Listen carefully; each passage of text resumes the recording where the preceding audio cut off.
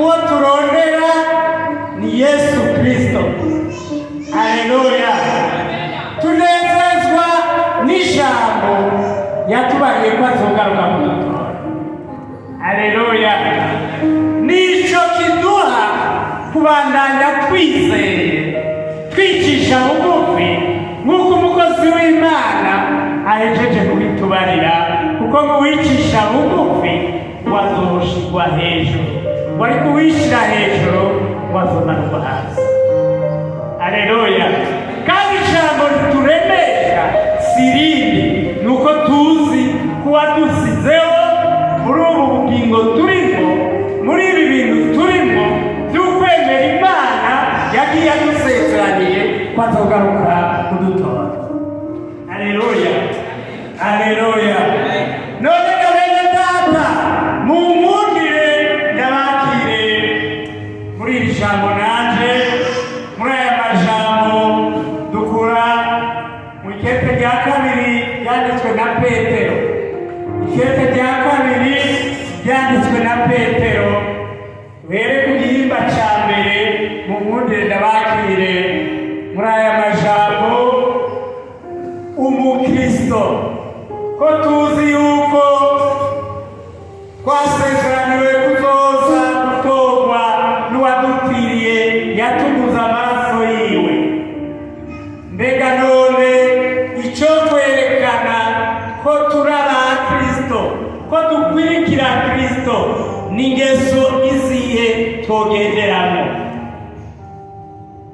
Ijambo nakuzaniye niri ugendera mu ngeso izihe. Haleluya. Ugendera mu ngeso izihe mwene data? Mbega ingeso ugenderamo ubona zizotuma umwami wacu Yesu Kristo adutora mu ngeso tugenderamo? Haleluya. Haleluya. Twicishe bugufi mugabo tugire ingeso tugenderamo. Haleluya. Mungundire dusome mu rukete rya kabiri rya Petero yanditse mu gice cya mbere guhera ku murongo wa 3. Igice cya mbere duhere ku murongo wa 3. Umutwe w'amajambo uravuga ngo ubukristo buserukira hehe?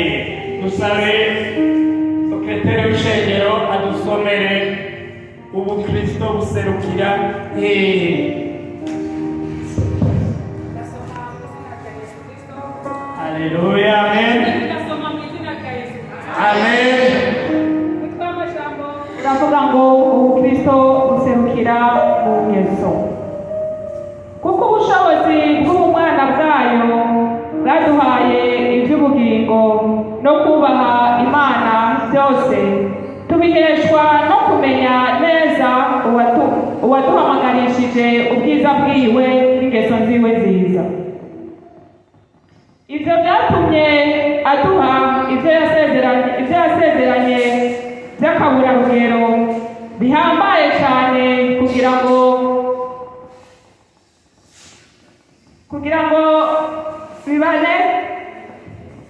ngo bibateze gusangira n'Imana akameremere kayo.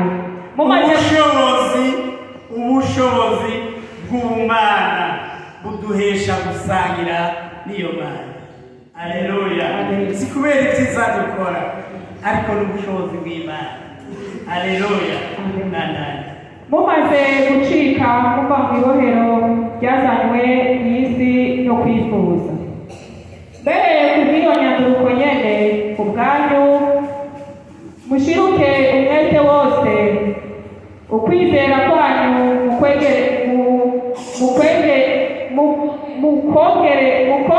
mukongere kw'ingeso nziza, ingeso nziza muzongere ubwenge mubwongere ko kwirinda, ukwirinda mukongere ko kwihangana, ukwihangana mukongere ko kubaha Imana. Haleluya. Nshaka nsubiremo ntibicarire, nshaka nsubiremo uyu murongo wa 5.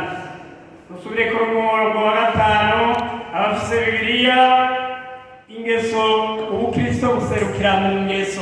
Ijambo ryatubariye ko ubukristo twogenderamwo bubonekera mu ngeso aho duciye hose, turi hanze tukerekana izo ngeso ko turi abakristo.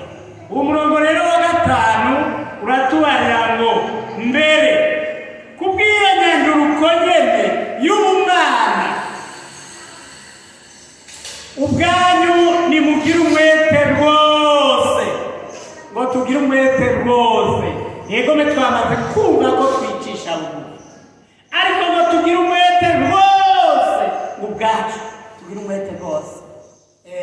Dushiremo ishaka rega, dushiremo ishaka ngo tugire umwete rwose, ukwizera kwacu ngo tukongereko ingeso nziza. Niturabe twizera ngo duheze tugende tutambuka uko bitari, twishira hejuru ngo tugire ingeso z'ukwizera. Ukwizera kwanyu mukongereko ingeso nziza. Ingeso nziza muzongere ku bwenge. Udafise ingeso nziza Satani arashobora kugutwara utagira n'ubwenge. Woshobora kugira ingeso nziza mugabo Satani udafise ubwenge akaza akagukura muri izo ngeso nziza. Aho rero Imana iradusaba, ijambo ry'Imana Petero yanditse yavuze ati ubwo